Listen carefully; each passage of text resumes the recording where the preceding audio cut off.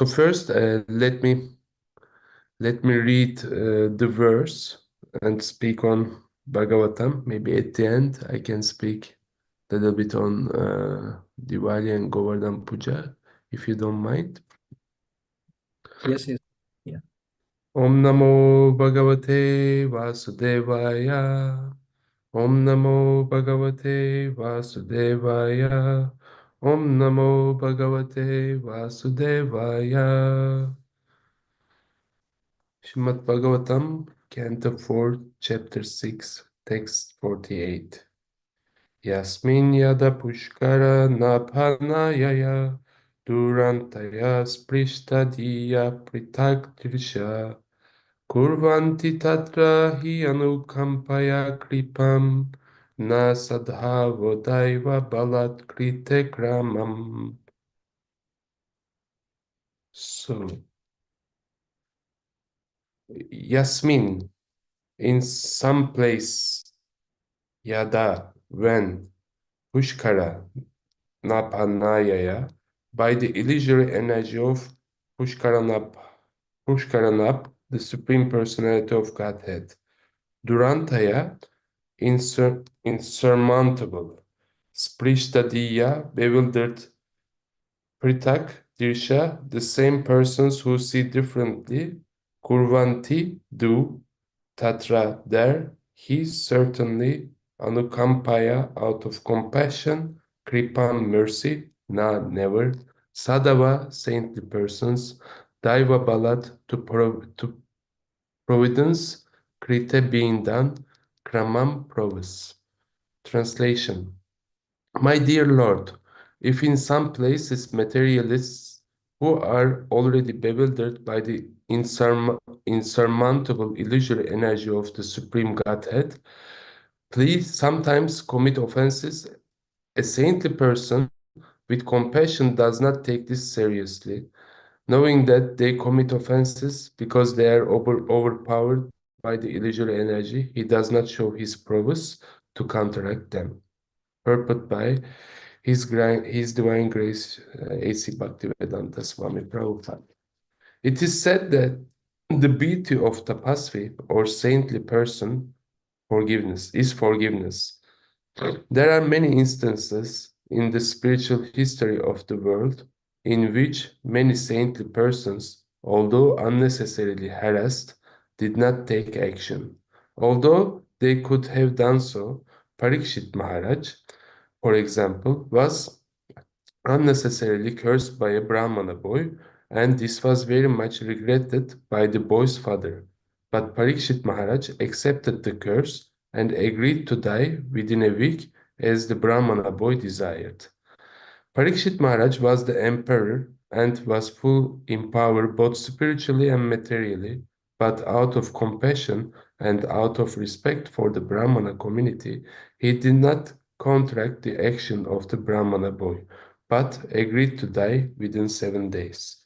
Because it was desired by Krishna that Parikshit Maharaj agreed to the punishment so that the instruction of Śrīmad-Bhāgavatam would thus be revealed to the world. Parikshit Maharaj was advised not to take action.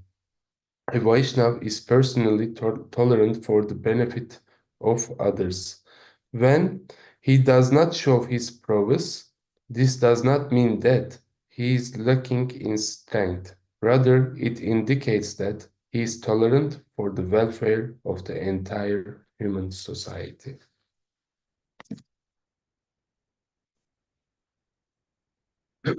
Om Ajnana-timirandasya Gyananjana-shalakaya Chakshurum militam yena Tasmai Shri Gurave Namaha Namo Vishnu Padaya Krishna Presthaya Bhutale Srimate Bhakti Vedanta Swamin iti namine Namaste Saraswati Deve Gauravad Pracharine Nirvishesha Shunyavadi Prashtatya Deshatarine Jai Shri Krishna Chaitanya Prabhu Nityananda Shri Advaita Gadadhara Shrivasadi Gaura Bhakta Vrinda Hare Krishna Krishna Krishna Hare Hare Hare Rama, Hare Rama, Rama Rama, Hare Hare. Vanchakalpa tarubhyascha, kripa sindhu bhayavacha, patitanam pavanebhyo, vaishnavebhyo, namo namaha. Hare Krishna. Uh, Thank you again, Shamchandar Prabhu, for this opportunity to speak something. I hope I will be speaking something meaningful for the benefit of Vaishnavas. This actually we are in the fourth canto, and the chapter is called Brahma Satisfies Lord Shiva. So yeah, Brahma glorifies Lord Shiva and petition him, we can say, in that sense. Actually, this verse especially referring to Daksha and Daksha's nonsense. What Daksha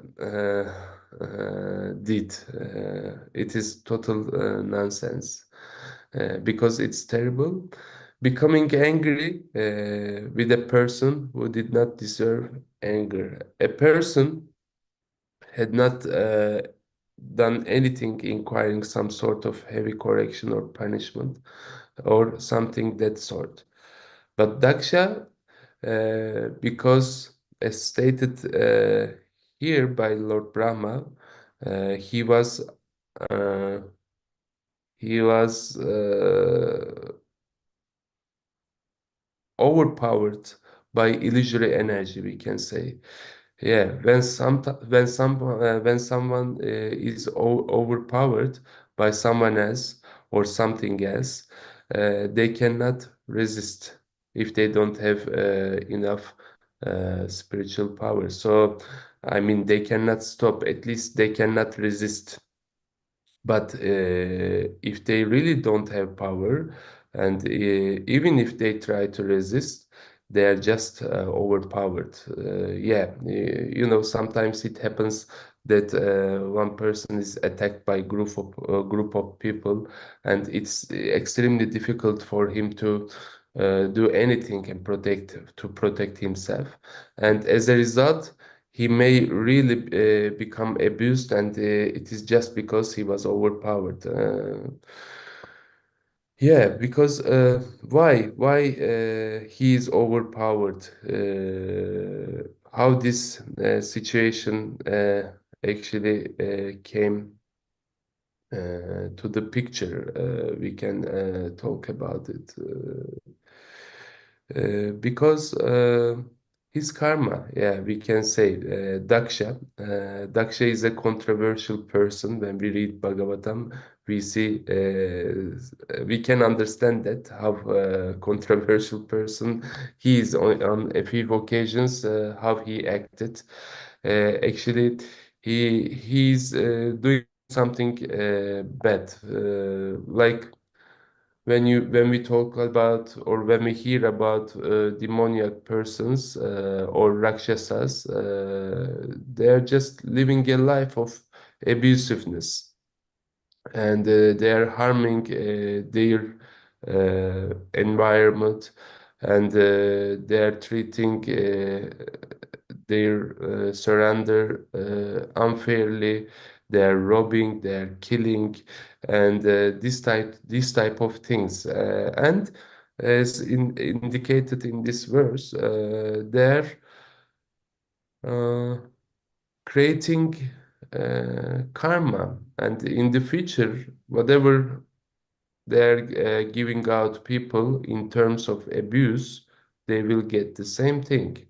And it will maybe take time, but for sure they will get exactly the same reaction. And therefore, at least in English, there is a saying that eye for eye, tooth for tooth. Maybe you heard about it. Not eye for two eyes, or uh, one tooth for three tooth. It is exactly eye for eye, tooth for tooth. So something like that. It's fair, and it is the system of Supreme Personality of Godhead. And in terms of karma, it is exactly like this. Whatever we deserve with our activities, we will get the same amount of the reaction, not less, not more. That exactly the same amount. It's like it's like a bank account. When we put our money into the account, when we try to get our money from the account, we get exactly the same account if we don't put in interest or something like that. So even if there is a lot of maybe transactions in between, but whatever we put, we take. So karma is complex thing and extremely complex. We cannot understand how it works exactly, but it is the wonderful and it is perfect system of Supreme Personality of Godhead, we can say. And Daksha is very offensive person and is very abusive person, and it is just terrible what he did, and amazingly terrible, and it is sinful activity, and actually he already got kind of karma in that time because he got the head of God, so that's pretty offensive, we can say. And sometimes people call each other when they're arguing or when they're fighting or when they want to हाँ कंकड़ तो when they want to abuse the other person or something like that, or some they want to say something bad, so they say you are like silly goat. So yeah, Daksha is every day he's running around or walking around with a goat head. So of course, he's abusing or he's offending Lord Shiva here, and Lord Shiva, he doesn't deserve to be abused like that. And he lost his wife. His wife was very dear to him, and he was very dedicated wife who was assisting him in so many ways. So sometimes it happens to devotees, especially devotees. Some special things happen, which is not according to devotees' karma, but it is according to Krishna's desire, because he wants to deal with the devotee for devotees' improvement in Krishna consciousness. And I've heard and read many times in Srila Prabhupada's books, and especially in Śrīmad-Bhāgavatam, first canto, chapter 6, verse 9 and 10. In the purport, Srila Prabhupada explained how a devotee like this, in this case, it was Narada Muni in his previous life. He was a child, son of a maidservant, even though his mother died by the bite of snake. It's very horrible. Yeah, it's not nice to die in this way, actually. I don't think any type of death is good, but this by bite of snake, it must be very painful because you slowly die.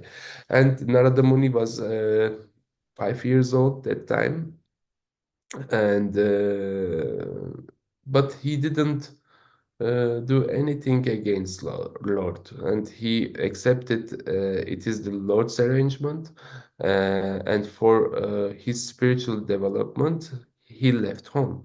And Prabhupada was explaining sometimes Lord, even though it's not in the karma of the devotee, such and such things could happen. He was explaining. It's Krishna's arrangement, because Krishna is independent in terms of in his dealings. We are dependent, but Krishna is independent, and he's interacting and putting people in different situations, and especially his devotees. With his devotees, he acts independently. Maybe not every time, but whenever he likes, he acts independently just to give them whatever he feels it will help them to progress and develop in spiritual life in the circumstances they are in. But non-devotees, they just get their karma.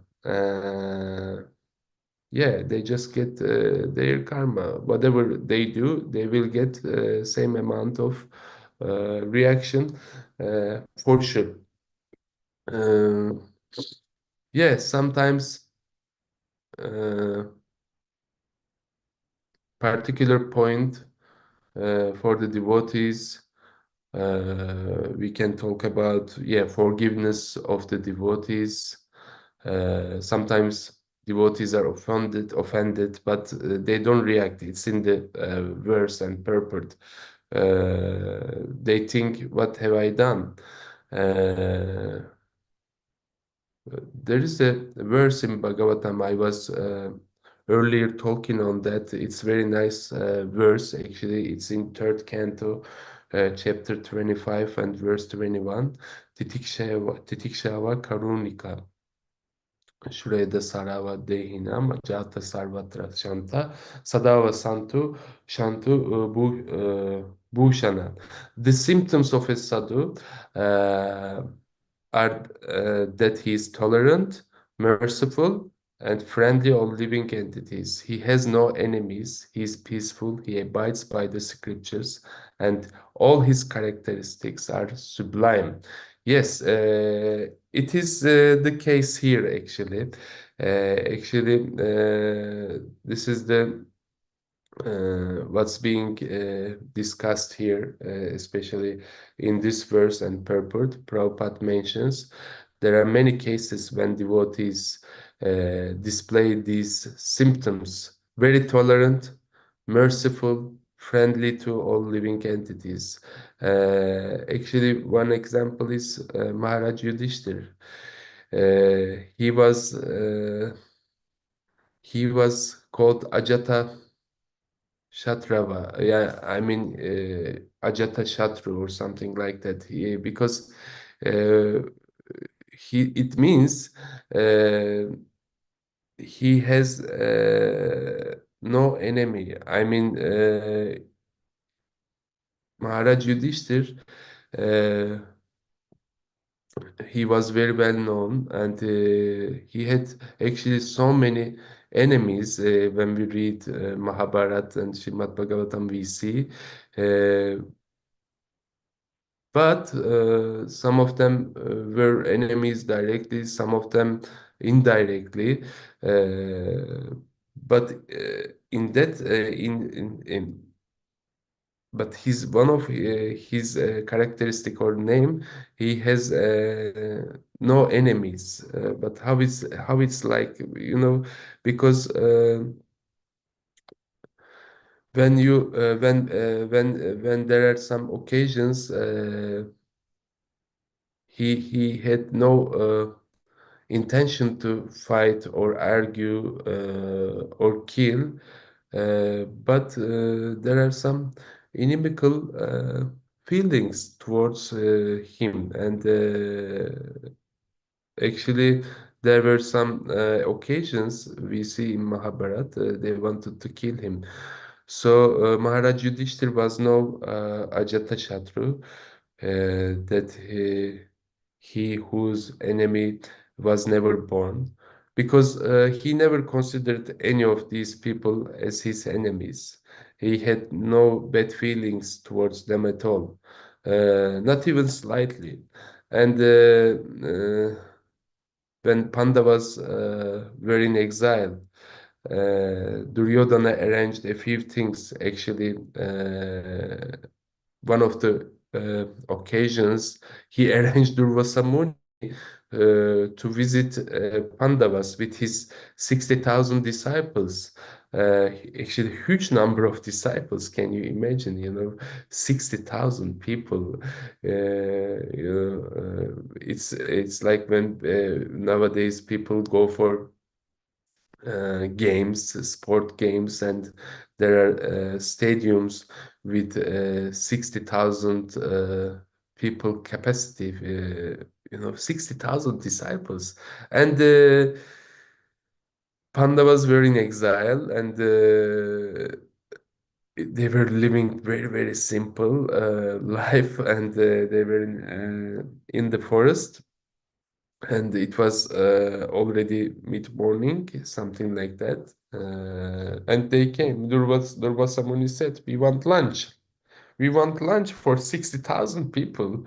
And don't worry, we will give you a couple of hours to do it, prepare it. And in the meantime, we will take bath and we will come back and you can feed us." But actually, what is that? That's terrible.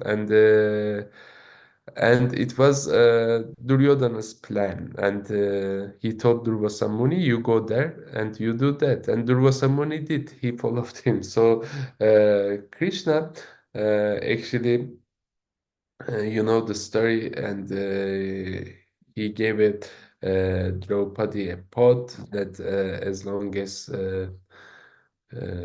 she doesn't eat, then there will be always sometimes prashadam, whatever they need, it will come from that pot. It will be never empty. But it became empty, so and it was not going to be possible. But Krishna arranged that in a way. So he took one piece of grain. So Durvasa Muni and his 60,000 disciples, when they were taken bath, suddenly they felt like, "Oh, I have so much filled stomach." I mean, they were feeling they just got a great feast and they couldn't possibly eat anymore, and they were feeling very embarrassed, and we wanted to get some prasadam, and the extraordinary demand they were making, but we are not going to we are not be able to honor that prasadam. So they just left without saying anything, thank you or sorry, or we cannot make it. They just left. So Pandavas were aware of that. Duryodhana was behind, and what to speak of, Duryodhana had abused them in so many ways. He made so many different arrangements for them to be killed, and like he poisoned the cake, and he burned the house, all these types of things. And they abused Draupadi, and Dushasan, he was very abusive. So uh, Bhima particularly became very much angry with Duryodhana because of this particular situation, especially because Durvasa Muni could curse them. And Bhima was really upset. But Maharaj Yudhishthir, he was, "Don't worry about it. Doesn't matter." When after some time, there was one Gandharva warrior, And Gandharvas are demigods.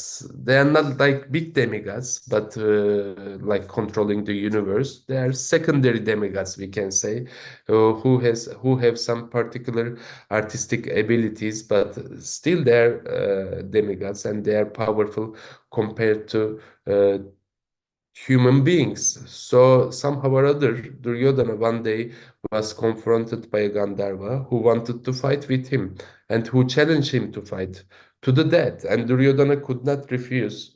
And that Gandharva, being very powerful, was just in the process and defeating him, was just about to kill him actually. And Duryodhana couldn't do anything, and that was going to be end of Duryodhana. But then Yudhishthir appeared on the scene, and when Pandavas came there, Yudhishthir said to Bhima, "Let's go and help Duryodhana and defend him and save his life." Bhima was saying, "No, no, let him be killed. That's fine. That's just excellent." He was really happy. Bhima was really happy. But Yudhishthir was, he said, "He's our cousin." So even though he was such, and in the end, it's been a long time that Duryodhana was defeated. He was an inimical person, but they were connected. And still, Duryodhana was the hardest enemy, I can say. Yudhishthir Maharaj was the leader of Pandavas, and he wanted to save him. So it happened. So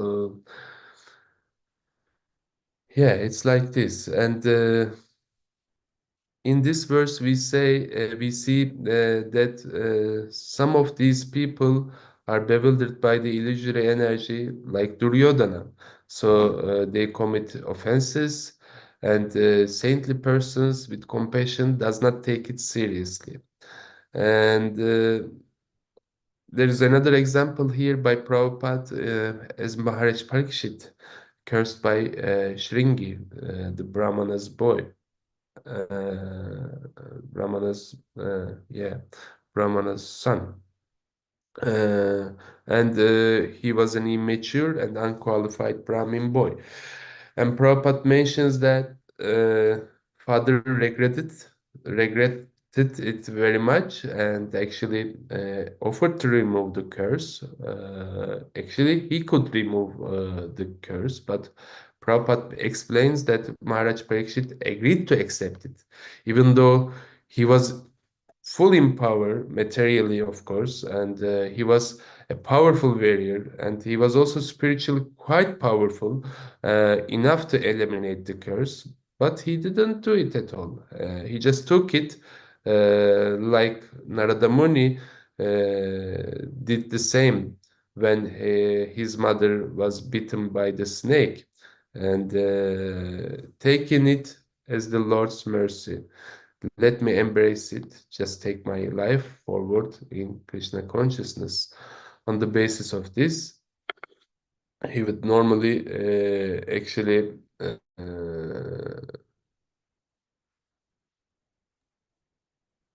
do. So Maharaj Parikshit, out of respect for Brahmanas, he took it, and he took it as the will of Lord Krishna, and he didn't want to go against the will of the Lord. And plus, he was very humble, and also he felt, I deserved it. I'm an offender. I offended so many ways with so many people. Maharaj Parikshit was a very humble devotee, and he felt like this. For different reasons, he agreed to die within 7 days, and then the facilitated by the Lord's arrangements. And then that's why we hear today Śrīmad-Bhāgavatam, because of the arrangement by the Lord, and because of Parikshit Maharaj's humility also. And yeah, we see many occasions. Haridas Thakur, he was beaten in all of these marketplaces. And when the soldiers they were beating him, then they told him, "We are going to be killed because we failed to kill you." Because Haridas Thakur was not dying. I mean, they were hitting so severely, and these soldiers were so exhausted, and they said, "We cannot do anymore." And Haridas Thakur said, "Really, you are going to be killed because of me, because you couldn't kill me?" "Oh no," he said, "we can't have that." And he voluntarily died. He took this role and saved their lives out of compassion. And basically, they were certainly servants of a demon. And they were in demonic side. But this is the nature of advanced devotees. Not everyone can do that. Not every devotee can do this in a natural way, but they were just doing spontaneously. And these examples for us, very, how to say, valuable. So how when we hear about them, how they actually feel, how they reacted. So this is very good. These things are very good lessons and examples for us. Uh, when as devotees advance in spiritual life, on the way our characters are becoming purified more and more, and when devotees are purified more and more, and then the qualities, these good qualities are manifesting more and more. So we can see these wonderful qualities that I was quoting from Śrīmad-Bhāgavatam, third canto, this Titikshva Karunika, these symptoms of a sadhu. He's tolerant, and he's merciful, friendly to all living entities. He has no enemies. He's peaceful, and he abides by the scriptures. And all of these characteristics are sublime. So this is what we are aspiring for, and this is wonderful to know about these especially characters, and also these advanced devotees, pure devotees, and we can make our lives in much better way in this way. So, dear devotees, yeah, this is the things that I wanted to tell about this verse. It came to my mind, and also, as Shamchandar Prabhu was saying, today is Diwali. Yeah, it is the festival of lights throughout India and all over the world. It is celebrated as the victory of Lord Ramachandra, actually, victory of, as it is known widely, good overpower or good wins over evil. So this is the thing, and Lord Ramachandra is going back to Ayodhya, and all the residents of Ayodhya and the country, they put candles so that Lord Ramachandra can find the way back to Ayodhya. Of course, he's Lord himself. He knows everything inside, outside, so he doesn't need that. But when we put the light, so we offer actually Lord Ramachandra to our homes, to our hearts, so that we can keep this devotion to him and to devotion to Lord, and we can always remember him and never forget him. So this is wonderful festival, and as I said, festivals are very wonderful. And Prabhupada says when there is a festival, there are some major things. We feast, we dance, we chant. Dancing, feasting, chanting. So we should all do these kind of things when there are festivals. And uh, what we are dancing for, what we are feasting, actually we are dancing for the pleasure of Lord, and we are feasting the remnants of Lord. And we are chanting the glories of the Lord. So there is no better thing in the world. When we glorify Lord, when we hear glorification of Lord, when we glorify Lord, and then there is nothing better. So this is wonderful opportunity today, and we can remember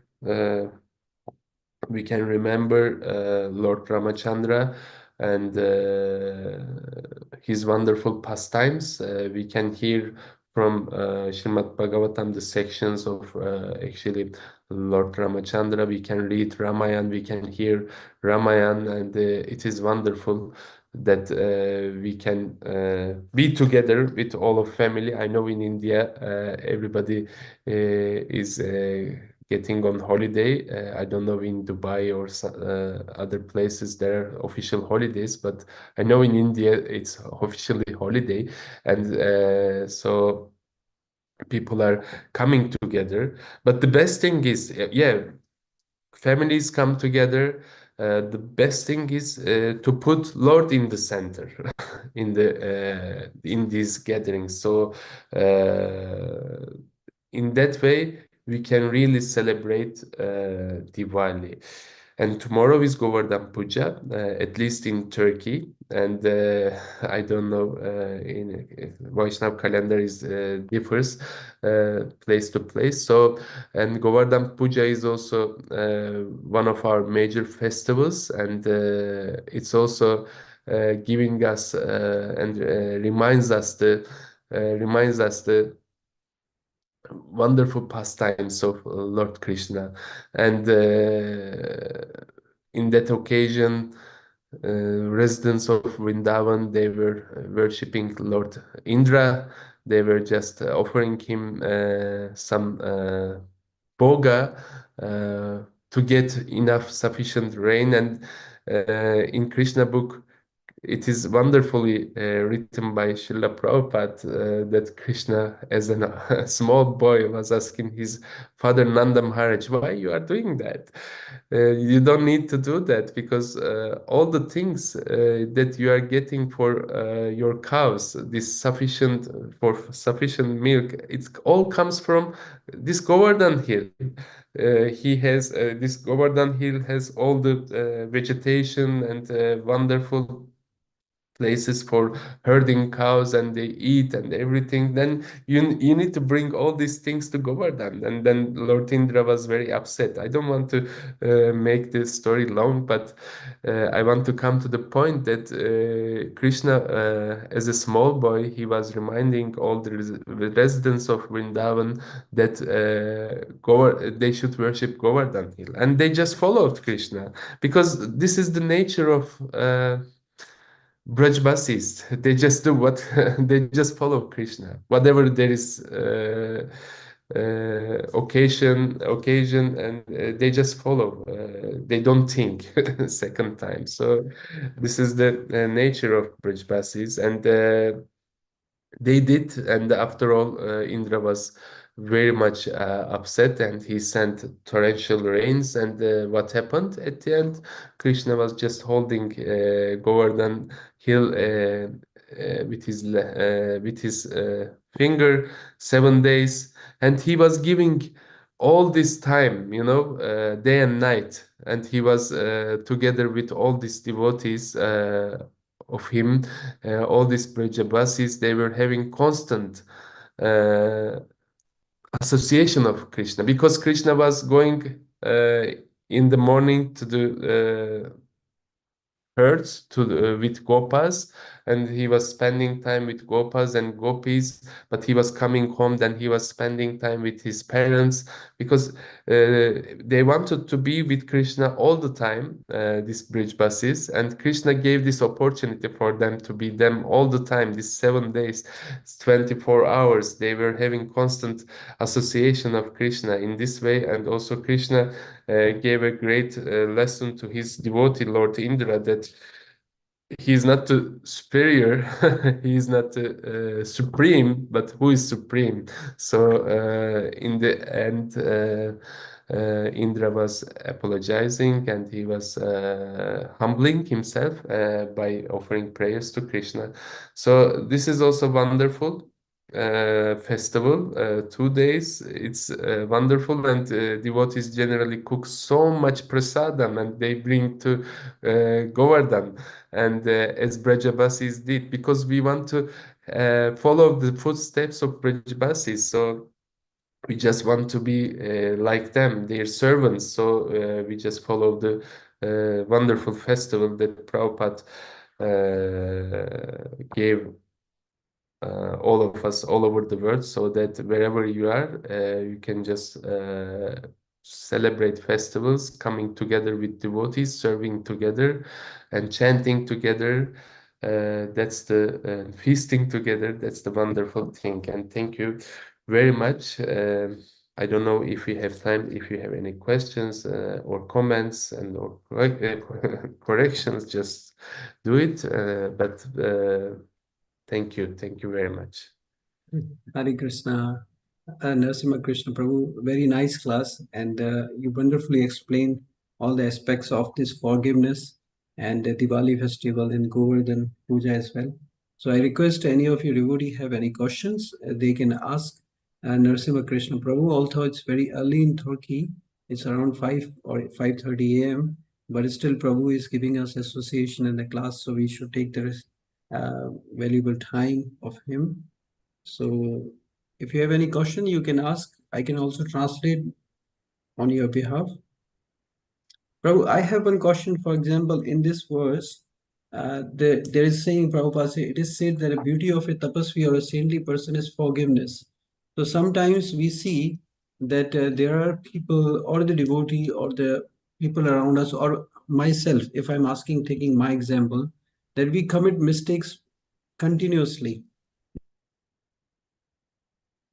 Even though our Guru Maharaj or the senior devotees forgives us. And so is there any provision of punishment as well, or we should keep forgive? I mean, when there is a case with Guru Maharaj, with our Guru, gurus can correct us. Also, there are some other senior devotees around us. When we commit offenses, there generally we do many offenses. When we are with our guru, together with our guru, we take it so much granted, and sometimes we forget our position really. So we commit offense, or we don't follow the instruction of guru. This is also offense. Also, we do some not good, we behave not good sometimes without knowing even. So yeah, this is the, as Prabhupada explains, this is the quality of pure devotees or advanced devotees, that they forgive. They don't see the bad thing in the devotee, but they see the good side. And this is what Prabhupada did when he came to West. So he was not focusing on the bad qualities of all these hippies, and but finally what happened? They became wonderful devotees, and they took all the movement ahead, and they spreaded Krishna consciousness all around the world. So yeah, sometimes we need correction, and we need to have this correction. And if it's in the guru's case, guru does it.